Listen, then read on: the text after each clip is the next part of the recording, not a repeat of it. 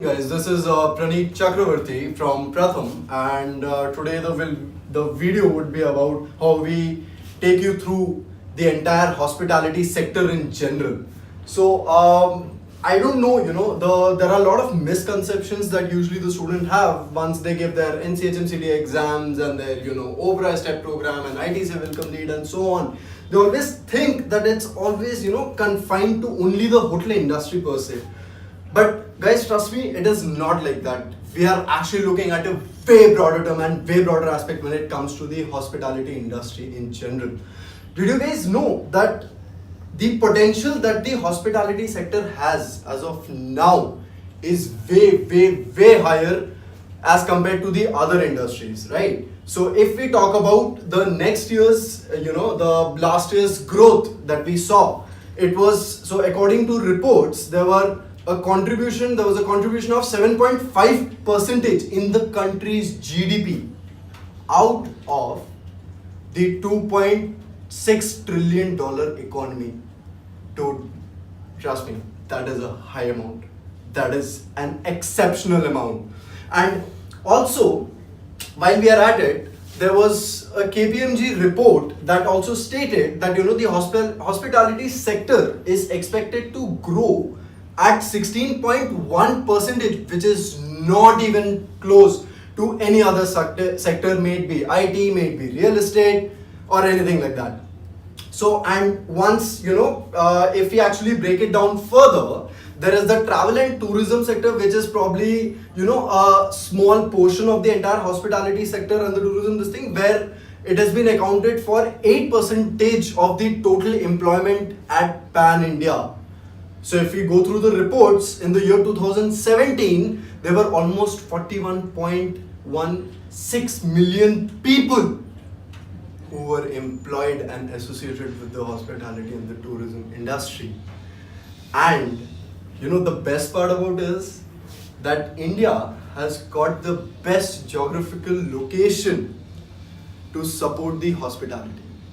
From medical tourism to spiritual tourism, to heritage sites, adventure tourism, there are almost 25 biogeographic zones particularly for this. Now, and also it's actually a good thing that our government is trying to promote this at various levels. So once when we talk about, if we come down to the policies and everything, our government has implemented visa on arrival for various tourists.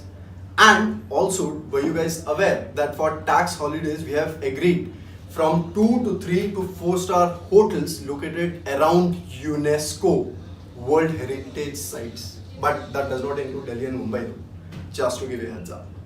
And also, there was the Swadesh Darshan scheme, which I don't know if you guys are aware of or not.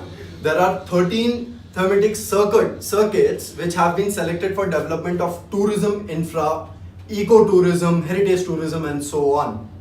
Right? So let me talk about the reports that we actually disclosed earlier as well. So according to last year's reports, around 10 million tourists visited, which by the way is expected to touch 30.5 million tourists by the year 2028. Are you guys looking at the growth? Can you imagine the amount of inbound and the outbound tourism which is taking place at our country?